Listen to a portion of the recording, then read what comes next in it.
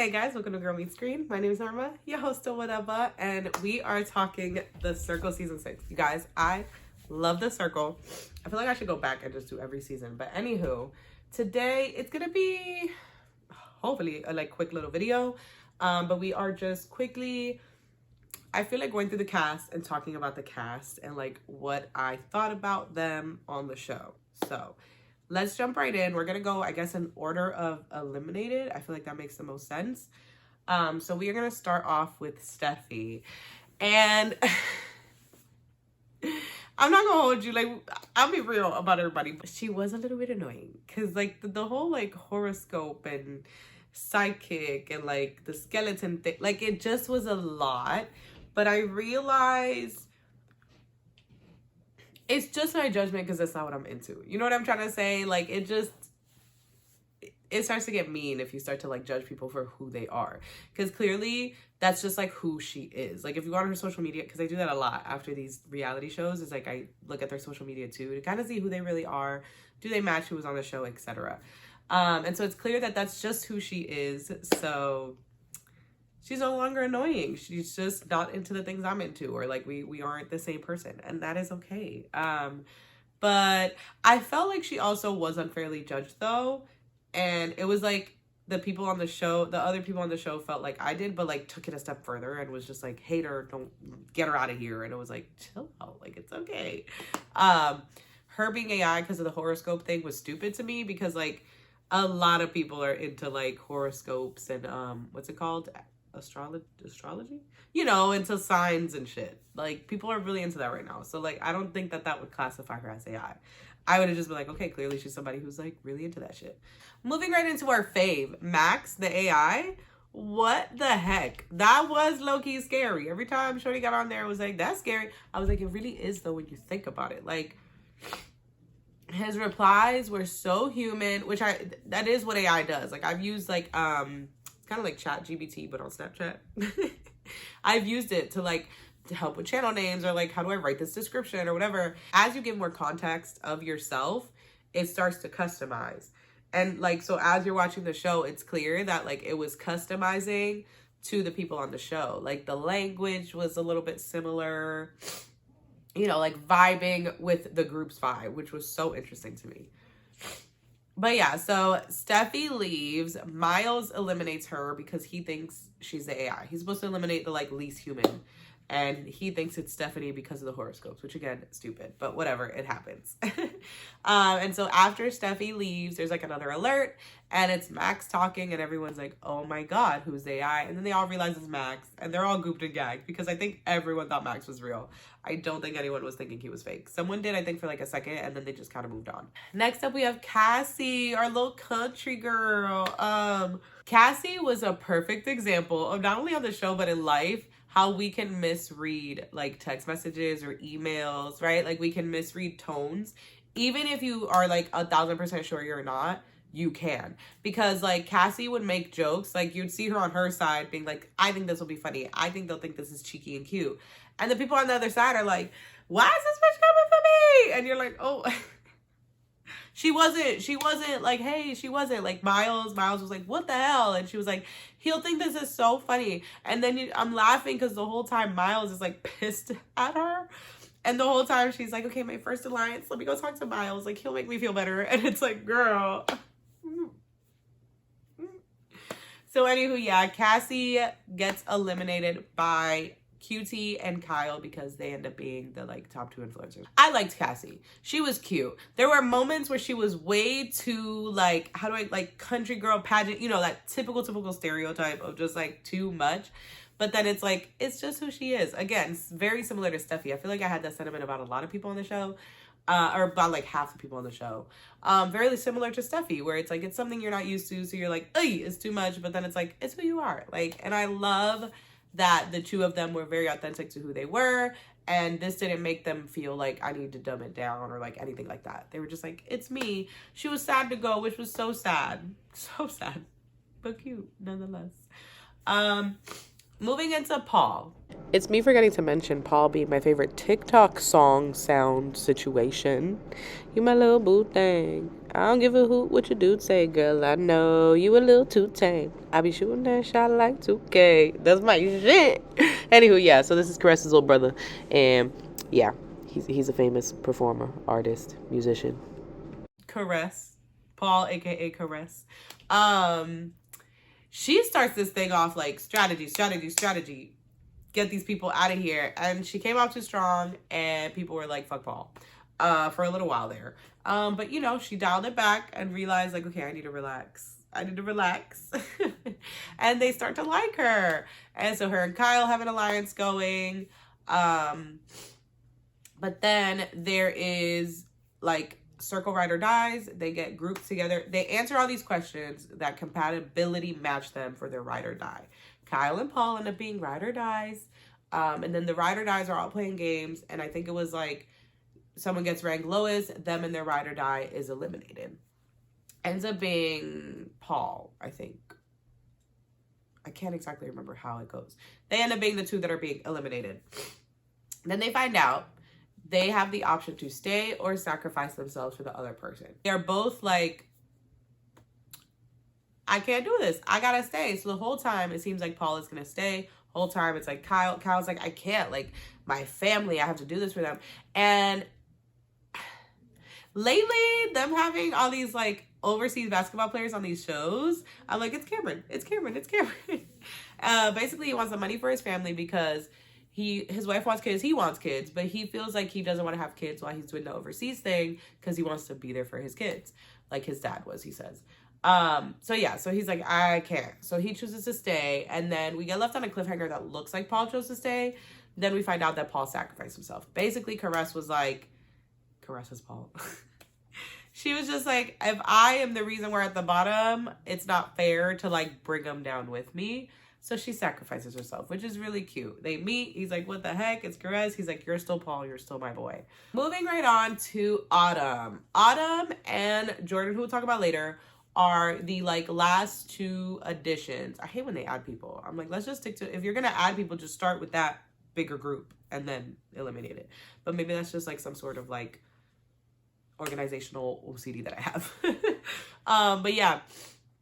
So Autumn comes in. She is, which is so funny because she's another little country girly. But we have Cassie, who is like, you know, pageants, girly, pink, like all the things, pink. Okay, that's Cassie. And then you have Autumn, who is like country tomboy girl energy. You feel what I'm saying? So it was very interesting to see them, to see the differences. So Autumn comes in. She comes in hot. She comes in a little bit. People are it's interesting because we don't get a lot of footage of her energy, but you see that everybody else is sensing the energy we are seeing of her, if that makes sense. So like as the audience who can physically see her, who can see what she's doing when she's not like writing in the chat. So I'm assuming there's probably a lot more footage of her exhibiting that energy because QT wants her out and like everyone kind of senses like about her. I forget like I think it was another top influencer situation and they picked QT, Corey Tyler. I'm saying her name now all this time later, but they pick her. And so basically her and her ride or die get to pick the person to eliminate. Her ride or die was Jordan. And we are going to talk about Jordan. But Jordan, for some reason, hates Miles. We'll talk more about that later, like I said. But he wants Miles out.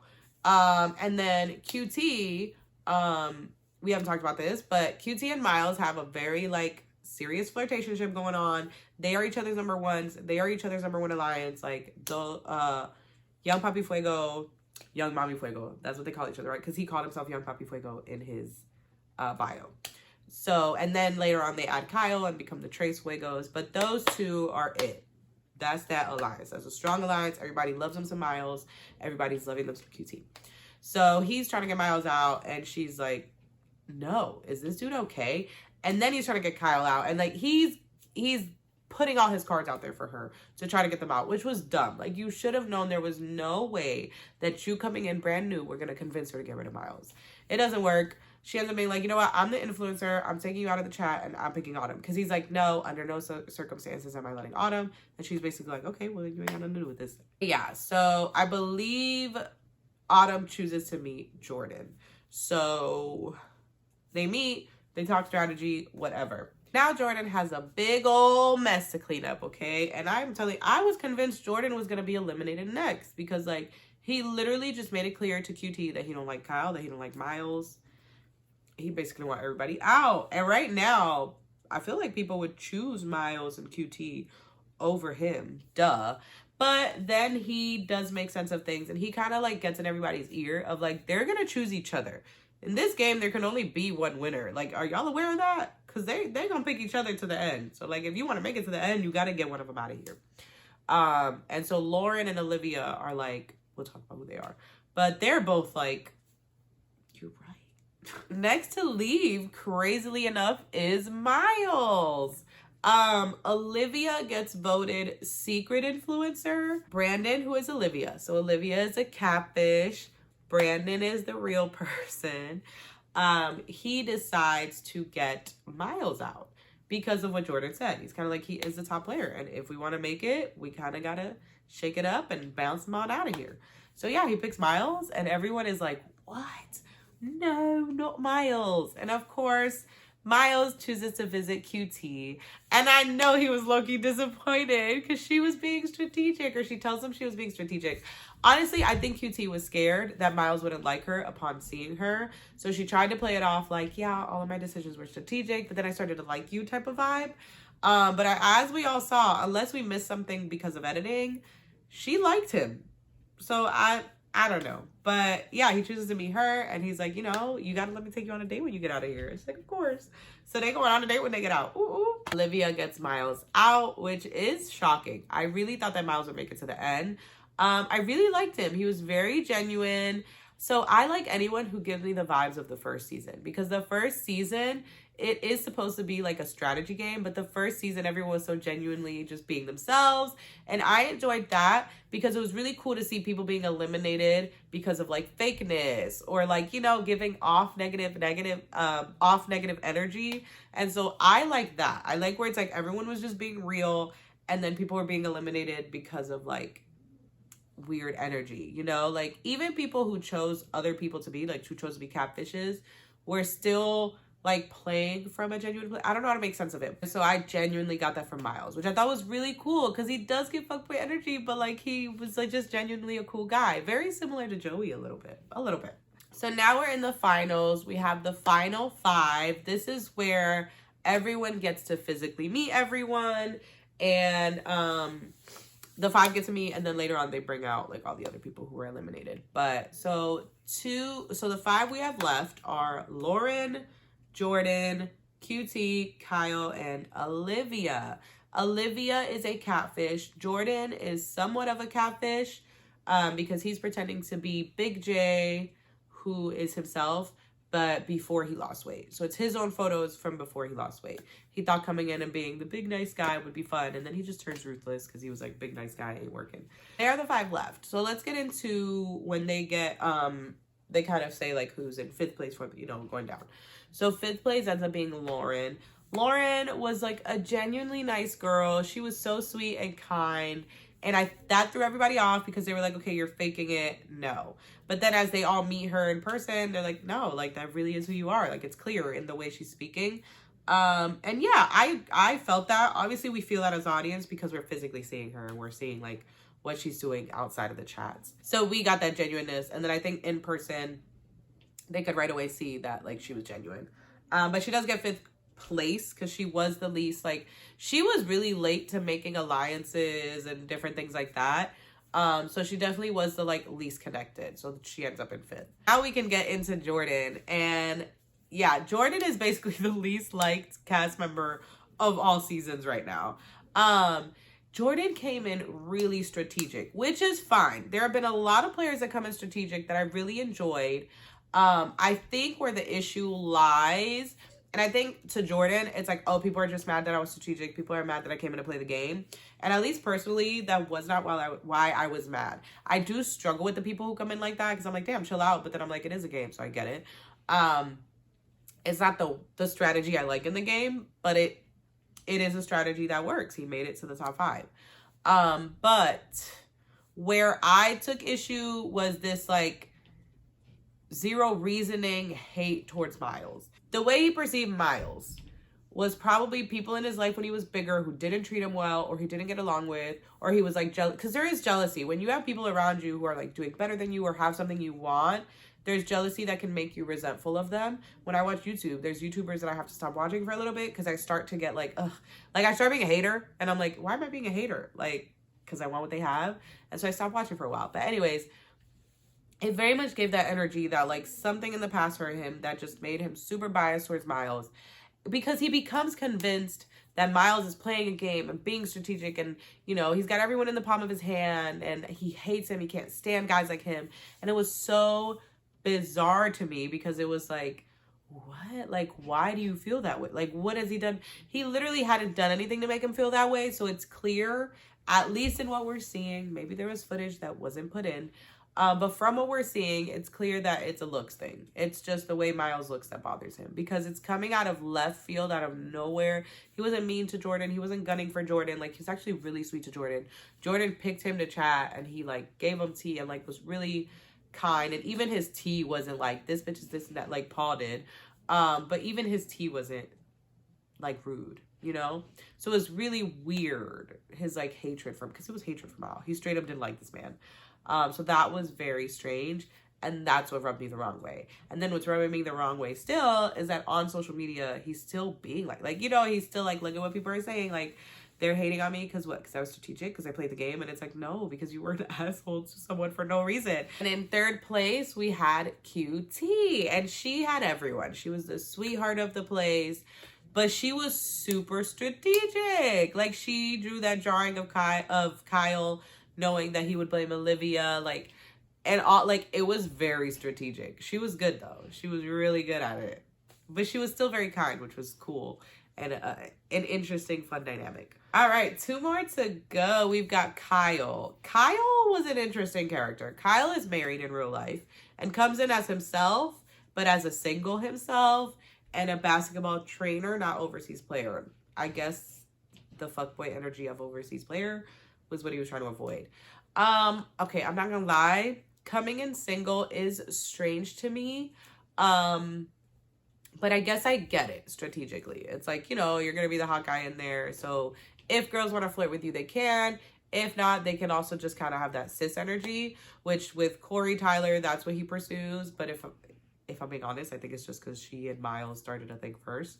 But then we see him like being super flirty with Olivia, which is hilarious that like he's married, so he shouldn't be. And then Brandon is playing a girl, so he shouldn't be because it's like, oh, they think it's a girl.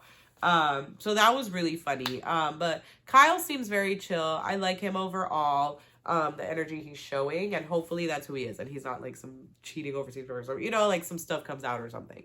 But so far, yeah, he gives good vibes. Unfortunately, he was second place, which sucks because like his energy about his wife and wanting to start a family and all that was really beautiful. So, but obviously this like fame from the show is really going to help them out. I forget what that girl's name is from the show who went on and then like her husband went on after her or something. But, you know, like them, like they freaking took off and like their life changed because of that. But let's get into our winner, Olivia, aka Brandon. So Brandon is playing a friend of his from work who they are close, clearly. I think her name was actually Candace or something. He's using her pictures to play Olivia. The cool thing about Brandon, everything was true. The energy he was giving was true. Like everything, he was playing himself, but just like with the face of a girl, if that makes sense. Which I thought was really cool because it was really dope strategy and it really works for him because his personality is more feminine. The way he is more feminine. So even playing a girl, he still did it with ease because it's like he could be himself and people would still not be like, is that a guy? Because like Caress was not good at it with Paul. She was not good. There were so many moments where I was like, that was very feminine. Like you are not giving rapper Paul. Like, not that men can't be feminine, but like it's clear the persona she was trying to set and like how she was being, which was like a little bit like, because she was being gossipy and catty, but then trying to say that Paul was this just like positive energy, fun rapper guy. And it was like, it's not matching, babes. You got to reel it back in. You got to remember you're playing Paul and not Caress. And I feel like that's where she kind of forgot sometimes. But Back to Brandon though. He did it very well. His story was beautiful. Like, he was just such beautiful energy, such a light. I loved hearing his vulnerabilities about being teased and like people and the way they looked at him. And so that was really fun. Watching him and Kyle meet was absolutely hilarious. Kyle was just like shocked, and his energy was just so fun and funny. Like, if you watch nothing else of this season, definitely watch that like last episode of everyone seeing like who they are. Let me do my top 3 real quick. My top 3, I would say Miles, Olivia, and then QT. So Miles, Brandon, QT. Miles was just such genuine energy in terms of like who he was being, was also who he was being to them in the chat. Hopefully he is really like that in real life and he's not too much of a fuckboy. I feel like that's hard to not be when you're someone like Miles. But I really enjoyed him. I really loved how authentic he was. I loved how authentic Olivia was. Yes. Or Brandon was. Yes, he was playing Olivia. But he still was so true to himself, which is beautiful. Where it's like, even though it was a face of a girl, all these people, if they felt a friendship or a pull with him, they get to continue that because that really is who he was. So I love that. And then QT, she was just super chill, just girl vibes. Like, she was a lot of fun. And I enjoyed that she strategically played, but was still being a good person, if that makes sense, which I feel like Jordan kind of failed at. And maybe that was my issue with him, was, yeah, you're being strategic, but you're also just being mean and nasty. And what is that? So those are my thoughts. Those are my people. Like the video if you enjoyed. Comment down below who your top 3 were. Give me your top 3. I want to know. Subscribe for more content like this, and I will catch you in the next one. Bye.